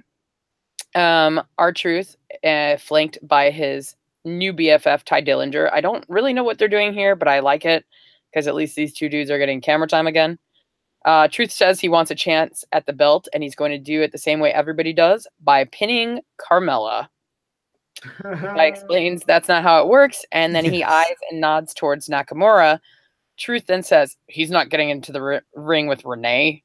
It's just like the dumbest yet cutest comedic relief, which is necessary on SmackDown because it's terrible. Shinsuke says something to R-Truth in Japanese, but R-Truth says he can't repeat it in public, and we find out that that's what's up when Truth decides to scrap the Mella match and take on the U.S. title holder tonight. And then we see Byron Saxton,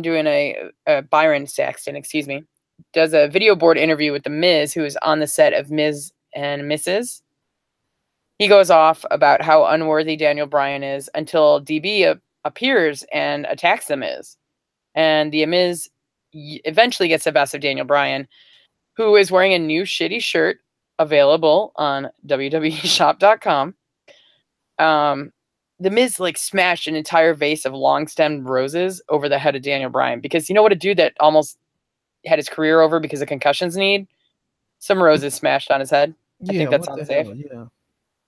So, and it's good to see that R-Truth is still like really beloved by the fans, even if he got a big pop. Like, yeah, I was, you know what? I'm all for R-Truth. I used to be pissed because they had him shucking and jiving and tap dancing and stuff like that. But this was actually entertaining. I was like, holy shit! I'm actually like, it actually made me laugh instead of cringe. And I think Ty Dillinger also is the MVP in that segment too, because his facial expressions were spot on with it. You know what? Matter of fact, while you're talking about it, I'm about to go watch it again on my phone because I'm high. Oops. That was an ad, but all right. Well, either way, It was perfect. It's cool to see that R-Truth is still getting some love from people, even though he's hardly been in the ring in the last few years. Hall of Famer. Hall of Famer. Absolutely. He quickly say, the ring, unfortunately, via Kinshasa as the United States champion takes the win with quickness. Like, it was pretty fast and almost kind of sad, but it's cool. Everybody was into R-Truth, so that's served its purpose. And it helped Ty Dillinger get one more minimum wage paycheck. So the next match, I mean, I don't even know. Who the fuck are the Bludgeon Brothers wrestling? I don't know. I don't care. I don't know. I mean, who the fuck is S3SK? Well, first of all, these guys, I know we joke about jobbers. This had to be a rib. You had one guy with a white beard. Like, yeah. It was like a platinum beard. Yeah, one guy that looked like a fake Roman Reigns. Like, he had the stained tribal tattoo. And then you had another guy that looked like a skinny Brodus Clay. Like, they found like the three worst people that you can find. I mean, I feel like people won like a raffle at a fundraiser or something. Yeah. I mean, it was just so bad. Like, I don't know. They were so annoying. And guess what? The Bludgies won again. Our notes here are interesting. It says Tyler Perry's The New Day. I mean, Vince McMahon makes the rules, not me. Yeah, that's fair. I mean, it's Vinnie Mac all the way, bro. So they took on The Bar. Big E and Kofi are the pairing that faces Sheamus and Cesaro.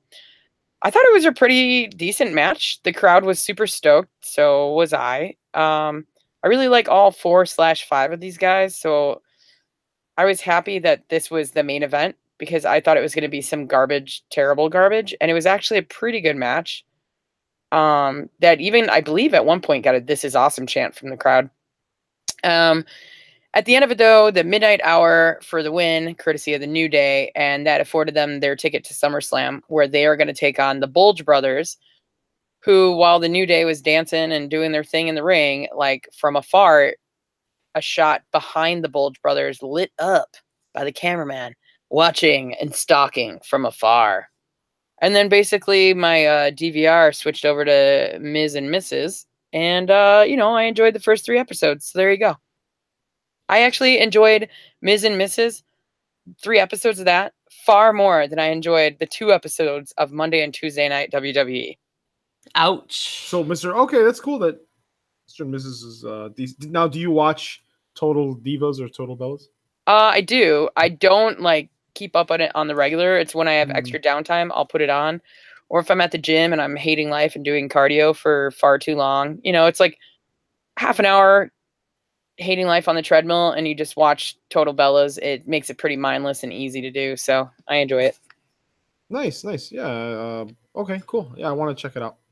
Looks decent. Do it. Hopefully one day. Yeah, hopefully one day. I will say one thing. I do like Ms. and the Mrs. I watched the first 2. It wasn't that bad. Yeah, it's cute, Wasn't right? bad at all. Yep. It was kind of cute. Yep. Edible has fully hit. Pat, Oh, you man. saying cute, the word cute is cute. No, grab your dad, Oh. will you? Holy moly. Shit, I lost my train of thought. Are we am So I we're supposed off to to be talking? the 205 segment yeah. of the show. Well, not really much to talk about with this shit. Nomar Dar defeated Sean Maluta, who I think should be on the main roster and paired with the other Samoans. Yeah. Whatever, who cares? Hideo Tommy, holy shit, he beat Mustafa Ali. Yeah, whatever. The cruiserweight Buff Bagwell and Buddy Murphy defeated the Lucha Party of Kalisto and Lince Dorado. Dorado. So, and that was 205 Live. Really nothing memorable about it. Yeah. We were That's about watching it right before we started this show, and I mean, the talent is there. But first of all, is Hideo Itami's contract about to run out? Because the commentators were suddenly pushing him so damn hard on commentary. Like, wow, Hideo Itami is just a new man, and the commentary was so thirsty about Hideo Itami that it feels like they're trying to do one last push before he escapes back to New Japan. Well, I know he has a match with Noah shortly. He's been promoting it on his Twitter a lot. I don't think it's I'm pretty sure WWE allowed him to do that. But yeah, he does have a match with Noah. So I don't know what's going on with that. After listening to I forgot whose podcast it was. It don't even matter because they don't pay us. They were talking about how pretty much New Japan is like the WWE of Japan shit, and Noah's kind of struggling right now, and maybe with Kenta or what's his face, Hideo Itami going over to Noah, maybe that will lead into maybe some partnership with WWE and kind of get them guys TV time, because that was like the main issue. Those guys over at Noah, guys were putting on 30-minute classics over there, and there's no fucking there's no cameras recording it. You just hear about it. Oh shit, Kenta had a 5-star match. How do you know? I don't know. Some fucking janitor that was watching it told me. So maybe this is the beginning of a partnership with Noah, because Impact has the relationship with New Japan, and they're not using it correctly yet. So I hope we'll see something in the future. But yeah, Kenta Hideo Itami, I think his contract is about to expire, but he has this one match coming up soon, and yeah, now they're fucking trying to put him over. It's too late now. You should have did that 2 years ago. So Oh well. I mean, his Oh, wow. his injuries certainly didn't help, but yeah, like I like they just never paired him up with the right people. His main event match against Austin Aries, no, against Bobby Roode at Takeover Chicago 1 just wasn't. And it was actually boring, So it's like they just never put him together with the right people. Mm. Yeah. Danielle, why don't you give us the cherry on top of the actual good show? The of WWE? only good show in the WWE roster, which I say every week.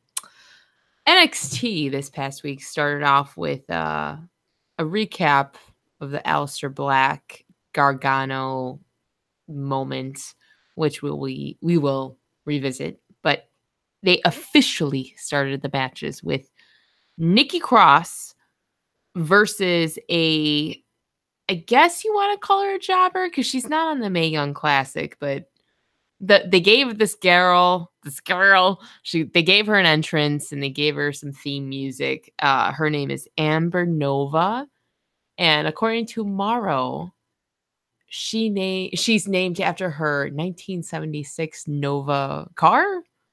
Some corny ass shit I didn't give a crap about, but Is she white? yeah, is she? Yeah, she's from South Carolina. Oh, Yeah. Okay. And they kept saying, like, even her outfit matches her car. I was like, yeah, oh, yeah, it was just kind of whatever. But Nikki Cross, she's trying to climb back up the ladder of established female wrestlers in the NXT roster, and she defeated this Amber Nova chica.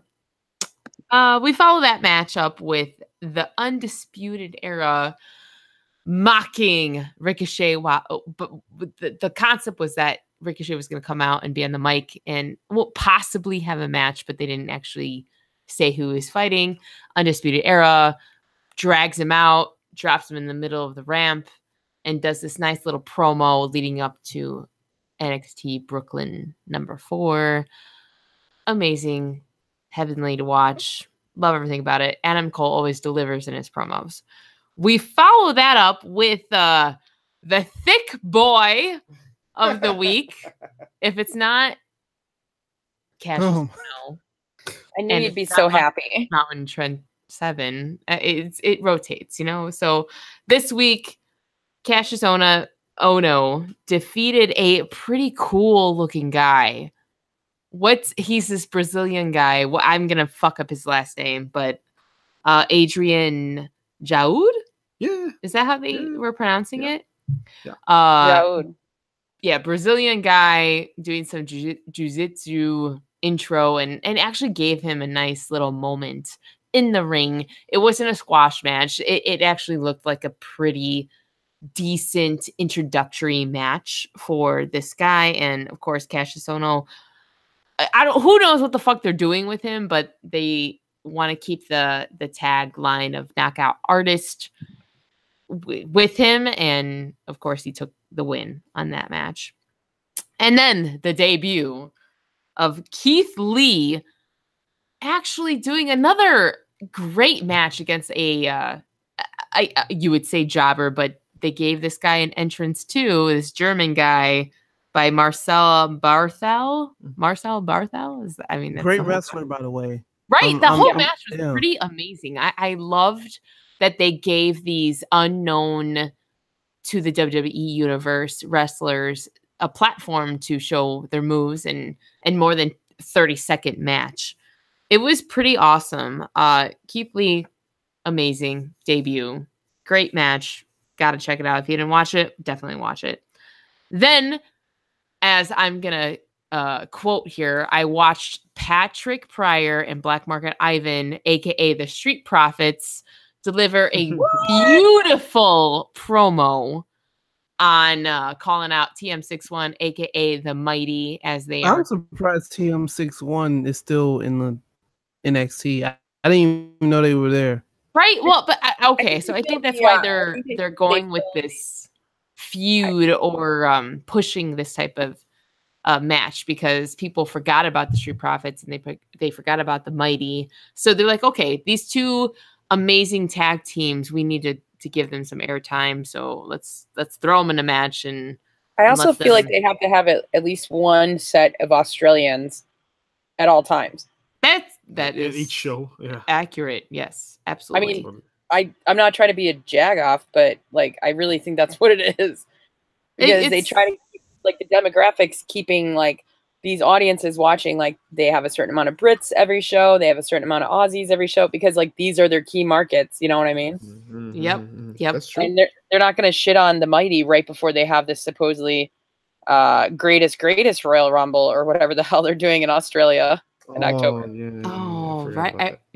I did forget about that also. Yeah. So they got to give them some screen time, and it's gonna be fun. It's gonna definitely be the comedic relief element of Takeover. I believe it's Takeover, or is it gonna be next week? I forgot. It doesn't matter. We'll find out. So we followed that, but another solid 4 to 5 star match with the final contestant in the Mae Young Classic, which was between Vanessa Bourne, aka Simon's heart crush of NXT at the moment, versus, I'm gonna fuck up her name and I apologize everybody, Tainara Contra. Conchi.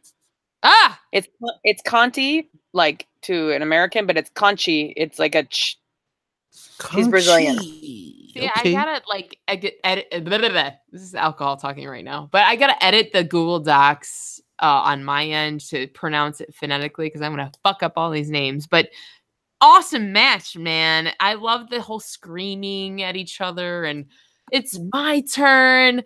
Both of them put up a pretty phenomenal submission style match, which fits the Brazilian influence of her jiu-jitsu background with this amazing, I'm gonna fuck up her name again, but Conchi wrestler. Okay. Yes, I look forward to watching her in the Mae Young Classic. She's on fire, and Vanessa Bourne's awesome. Love them both. Great match. And then we close out the segment between retaliation match between Aleister Black and Gargano, followed with an interruption by Mr. Hart. I will give him Ciampa, but we knew this was coming, and Ciampa interrupts the match, throwing Gargano out first. So technically, the DQ is on Aleister. I don't know how. I don't even think they're going to count this match in general, but the daddy of NXT, Mr. William Regal, comes out and says, hey. Ciampa. Hello. Ciampa is your daddy. They're all, I'm not going to lie, they all could be my daddy. He's but like the just, quote-unquote daddy, and William Regal's like, dad. No. Yeah. Oh, He's the father. Yes, okay. Father. So William Regal. Ciampa, the champ, is your daddy. Ciampa is daddy. And then Regal is like, oh, dad. Okay.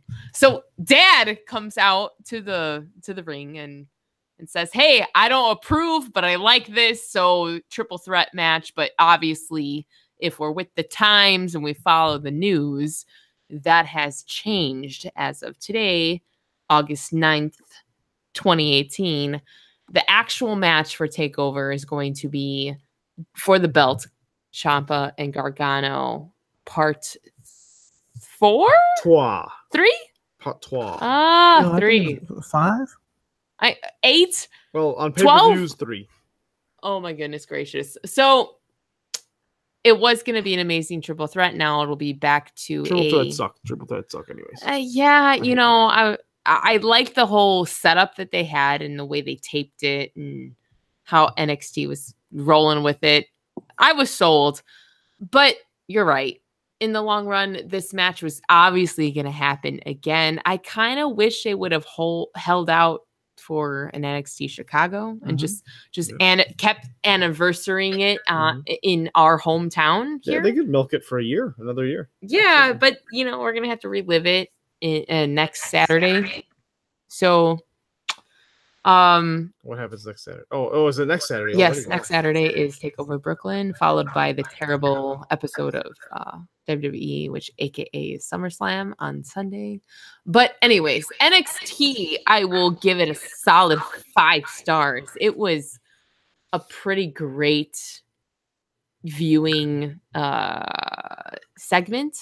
Out of the whole WWE roster, again, NXT is the one that people should be watching and should care about because it's the only platform that has a good media and good entertainment to watch. Well, thank you for that succinct and yet detailed recap. Are you trying to say I talk too much? No. I seriously. talk too much. No. Now, I never shut up. hashtag Get it? Watchmania. Pat, Val, Yeah. can you guys inform us Nobody's about gonna know. Keith about that. Lee? Because this was our first time seeing Keith Lee in action. What? Keith Lee is fucking amazing for a guy his size to move like he moves. Yeah, dude. Holy shit, the sky is the limit. He should be able to grab the brass ring. But Were you you just know how gonna they- say he's limitless? you know what? That's That's his He is. tagline. he is. He is Basking like my glory and yeah, limitless. bask That's in I love. his glory. I, And it's I love- crazy because he's still young. You know what's great about Keith Lee to me? Because he looks like every black sitcom dad. Like I feel like he would be relatable to everyone. And he, like I said, you would say he's a super heavyweight. And he moves like kind of a cruiserweight. He's jumping and he's doing all types of drop kicks and shit. Like he's really, really good. I only seen him on the independent scene for a short period of time right before he got signed with NXT. But the matches that I saw, oh man, they were really good matches. And I'm excited to see what they do with him, even though, I know his tagline is bask in its glory. To me, still kind of close to Glorious Bobby Roode, but two different people, two different styles of wrestlers. Man, this edible is kicking my ass.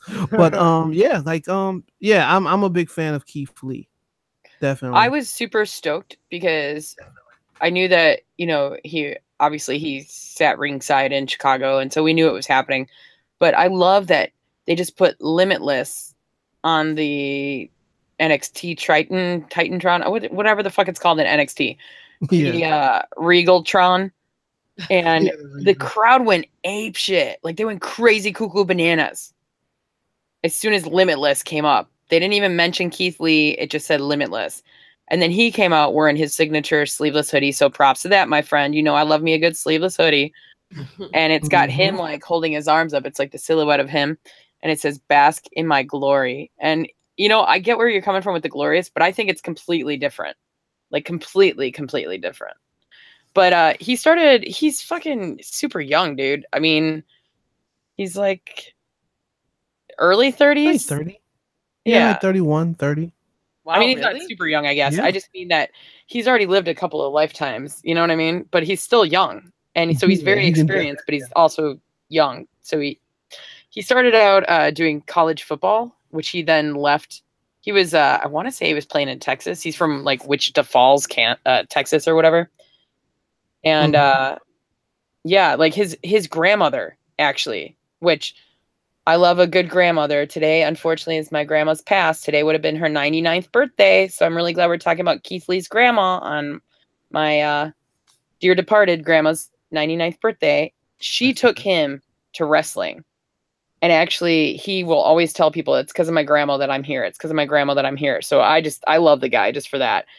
And he's wrestled with AAW in the past. I know he was like his last year on the indies, he was more so with Evolve and PWG. But he's just a really, really good dude. And he's a hard worker. I just want to see him succeed. Like, whoa. I mean, he's like a big dude. Yeah, he's like 330 pounds, but he moves like a goddamn cruiserweight. It's amazing. Yes, he is fucking amazing. Yeah. So, and my British boyfriends, Ollie Davis and Luke Owen, when they read my question on air on Wrestle Talk TV, I was Mhm. like, hey, I'm coming over to the UK. What are some indie wrestlers I should keep an eye out for? And they didn't even mention it. I think they just were like Keith Lee immediately. They didn't even mention any UK talent. They just said Keith Lee. Wow. Yeah. That's Yeah. great. So you think, I Yeah. mean, is he going to be main event status already? Is he going to Oh, be the hell next yeah. guy? I think he has a potential to hope. if they work him right. I just hope that they don't just go, oh, here's another big dude. We're going to have him be a player coach like Chris Hirono is. You know what I mean? Yeah. Yeah. Yeah. Oh no. But Yeah. they've been doing right. They've been doing right by Ricochet and a couple of the other guys that came, like EC3. I mean, they're the guys that were like big talk in the indie circuit. They're doing right by them, so I hope it stays true to that. You know, I totally yes, and I totally forgot to put this in the notes. The EC3 and Velveteen Dream experience. Oh yeah. How did we not talk about this amazing dramatic soap opera I felt like I was playing watching in it front of porn. us right now? Like I am so infatuated with this storyline. The queen of Velveteen Dream that he is just Well, fantastic. I like that Velveteen Dream has been dropping they them pronouns being I know. like, gender neutral. Yes, I'm all support. Yeah. I'm all about it. So I'm gonna go Yes. with they are the queen or whatever they want to be. Like I just love how much they're like, oh, just everything. And I really felt like I was watching like Skinamax or something like that. Like I stumbled onto something that I shouldn't have seen. You know what I mean? Especially when Velveteen Dream drops his sunglasses. It was like, oh yes, EC3, you're gonna have to bend over. I cannot wait to see what happens next. Absolutely. It was heavenly to watch. But the part when EC3's like, you brought me out here, you disrespected me, and I came out here to fight you, but I see that it's bigger than you and I was like, okay, they're gonna be a tag team, awesome. But instead they're like takeover.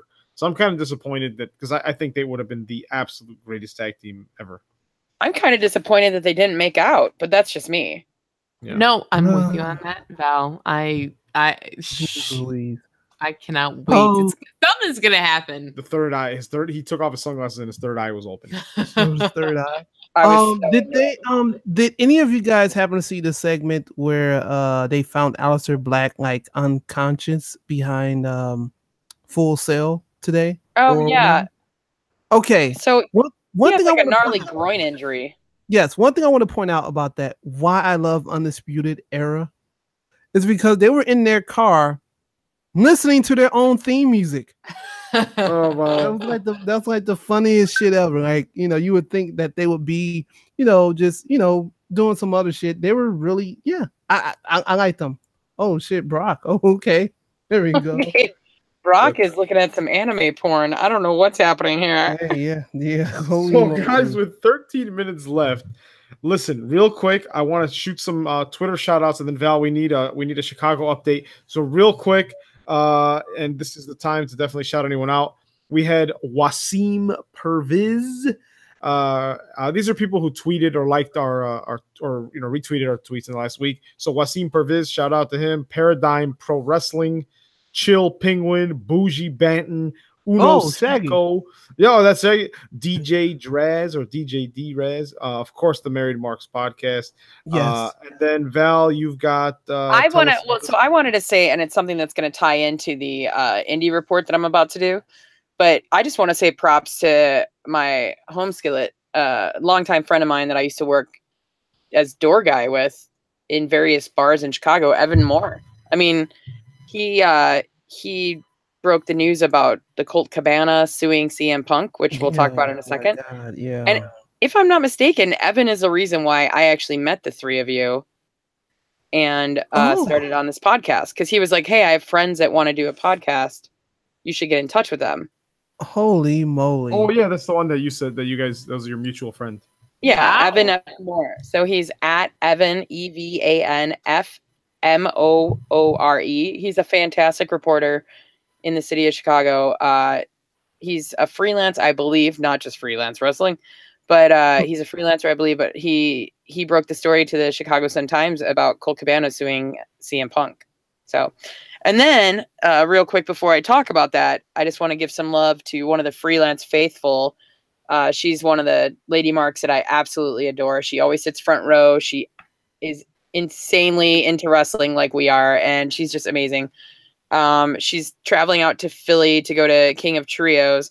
It's my homegirl Alex. She's wonderful, and she's at Queen of the Ducks, and she's just a rad lady mark, super supportive. I just love her, and she's looking for some people to hang with in Philly. So I'm hoping that maybe we can help her out because she's amazing. So Yeah, she's going out for King of Trios with Chikara. That's dope. What's That's her dope. her name again?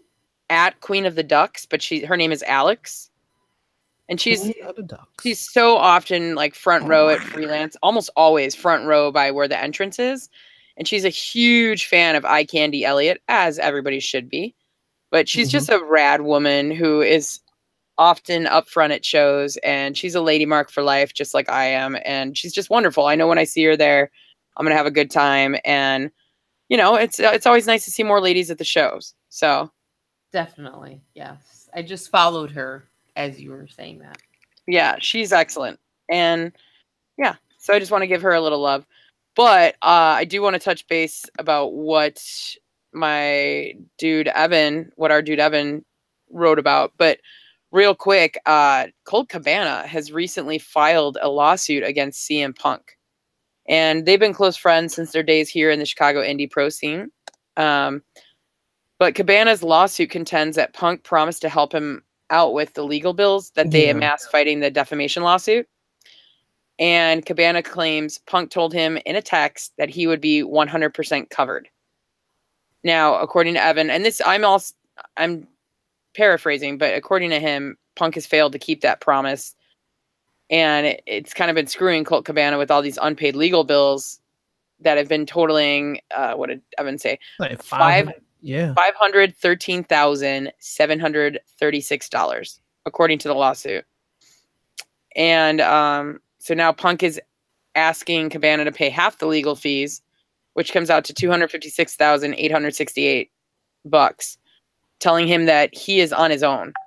So he kind of recanted the statement where he said, no, I'm going to cover everything. Yeah. And instead, now Colt is kind of high and dry. So it's kind of fucked up. But It's you can find out more. up. Holy shit! So let me. I mean, is it even 1%? This is a publicity stunt. No, I don't think so. Only because the Sun-Times reported it.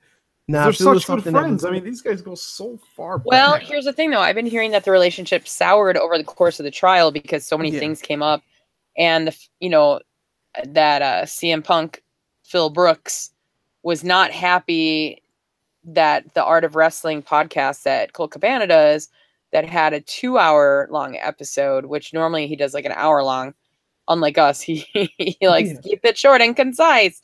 But yeah, they like went off about here's the truth of what happened and why Punk left.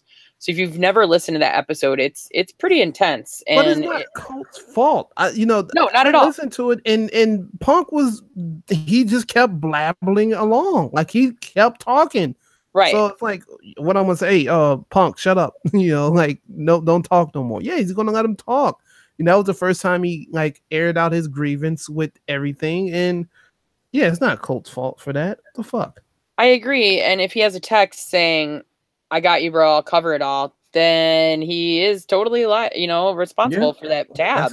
That's my homie. Like, all right, well, fuck it. Okay, cool. Don't leave your guy hanging with a $500,000 bill. And that well, I'm not watching Colt Cabana's pockets, but I'm pretty sure Punk has a lot more money than Colt, Look, I just know that Colt is grinding every single day. Oh, That yeah, dude he works is. really Yeah. hard, whether you love him or hate him as a wrestler, as a businessman, as a human being, whatever. He's a good dude that like is a professional wrestler, and he works harder than probably most people.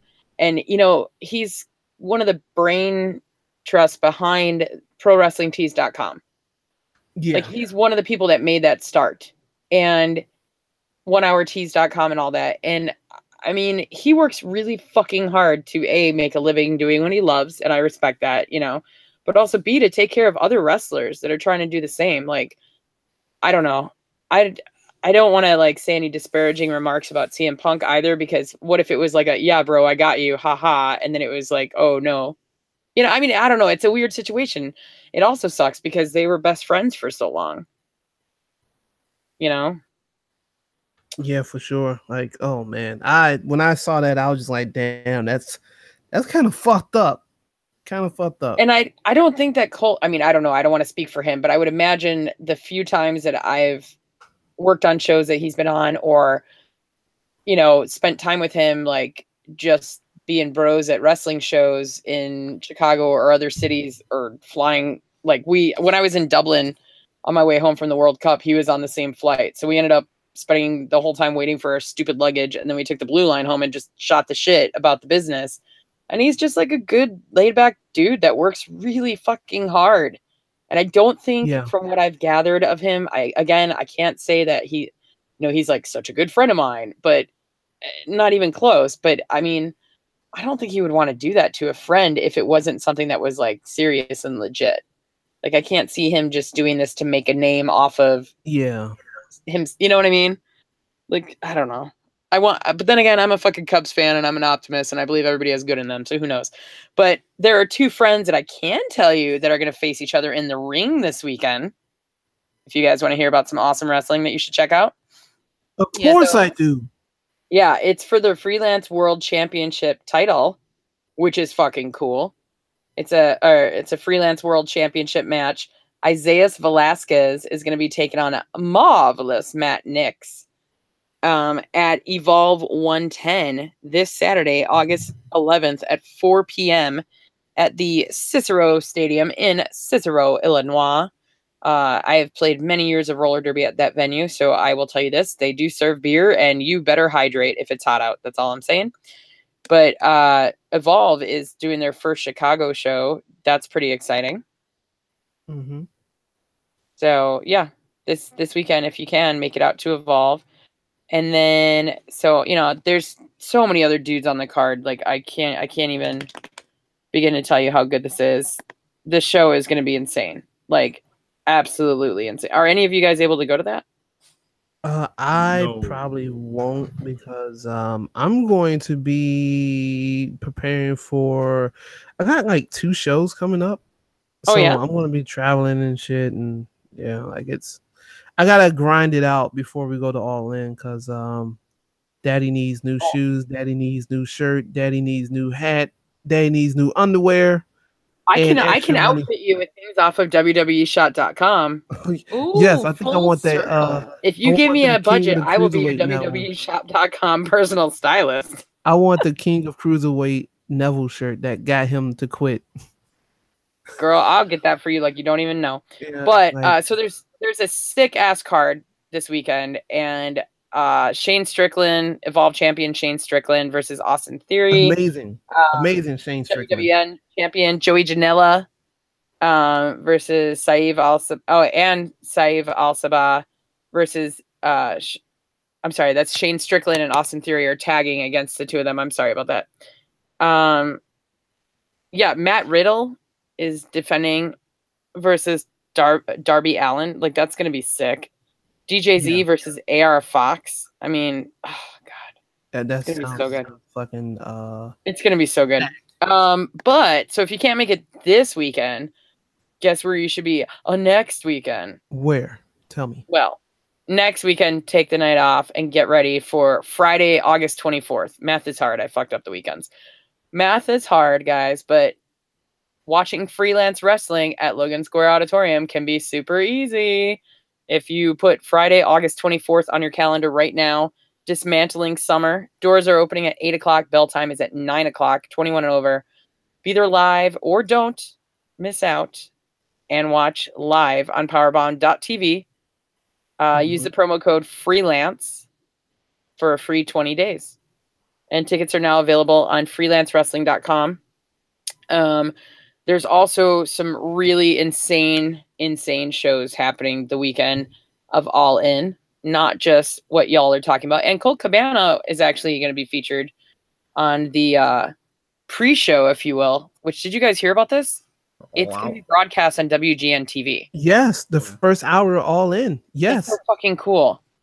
That this like really little shitty bet with some shit talking of Dave Meltzer is now going to have indie wrestling broadcast on cable television. Like that's insane. Dope.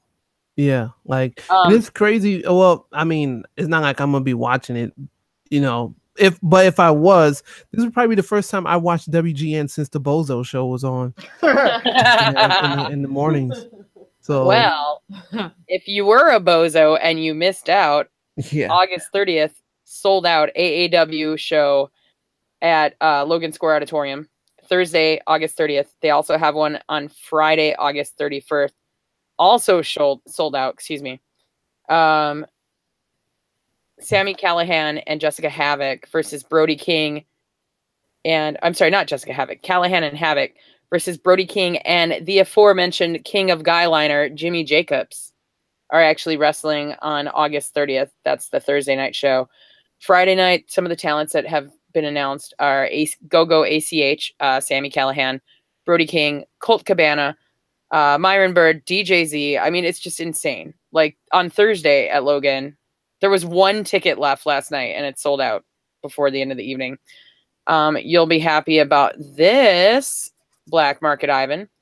The Besties in the World, which is Matt Fitchett and Davey Vega with Scarlett Bordeaux versus Wrestling, which is Wrestling with no E.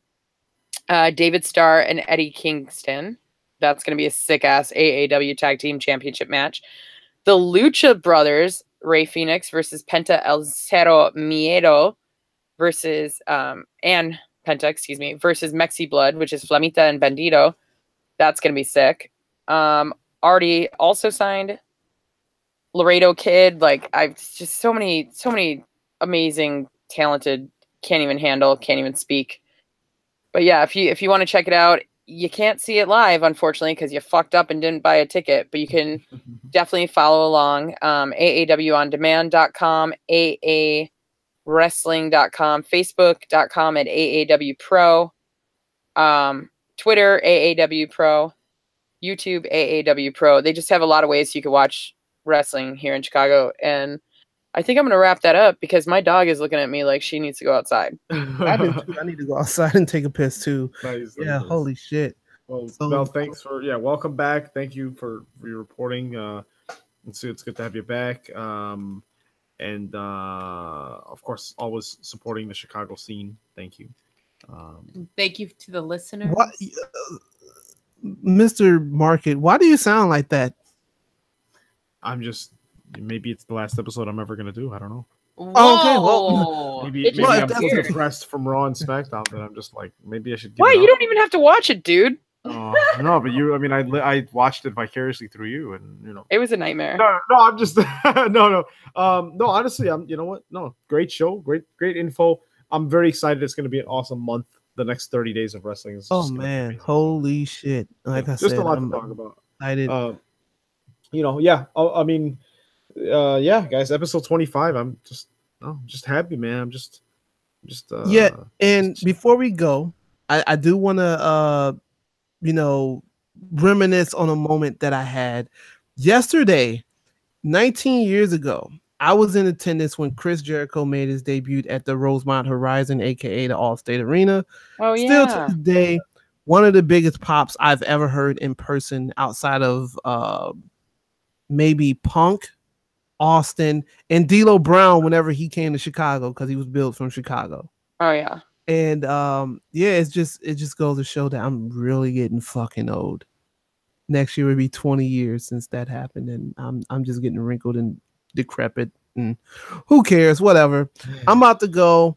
I gotta take a huge piss because I've been holding this shit since 11:17. It is now 12:03. Yes, I've been counting the minutes. I didn't want to walk away and you guys hear me urinate. I know we don't have a piss break moment. So maybe I might use that for my new for the segment. I'll record me pissing and that will be a new sound bite. But once again, thank you, Val, for coming back and all that good stuff. La Flama Blanca, you was not that drunk this time. You were okay. So I didn't sound too inebriated. Thank Yeah, the yeah, you was Lord. okay. Mr. Market for providing the new raps and tunes that I'm going to try to put together. Val, I can't wait for you to hear it. It's the new, it's a Boston Hug Connection song at the. Oh no! Why do you hate me? No, it's gonna be amazing. That's gonna I'm be. going to try to find- put something find- together and Shit, Simon. You just wait. You're gonna get a Boston Hug Connection 5XL T-shirt on your doorstep. You're not gonna know what to do. Look, for every song, for every picture of Lacey Evans' daughter that you send in our oh private my chat, God. Bitch, please. I'm gonna find another one. You better watch out. That's a war of words you just started. Pat, and of course, with that, Pat has vanished from the chat. Val, it was a pleasure. Have a wonderful weekend. Danielle, have a wonderful weekend. Let's relax and enjoy all the great wrestling that Chicagoland has to offer in the next several days, guys. Have a good night, everybody. Bye. Go Cubs. Okay, thanks, Bye. bye. Bye.